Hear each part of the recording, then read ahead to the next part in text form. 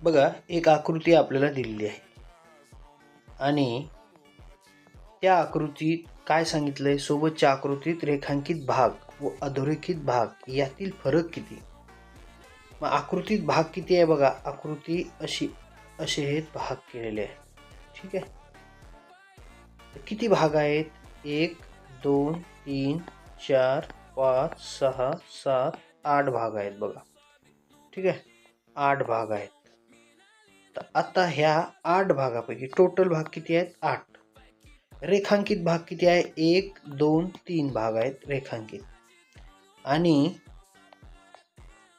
रेखांकित न केलेले 1 2 3 4 5 भाग आहेत, है ना, 5.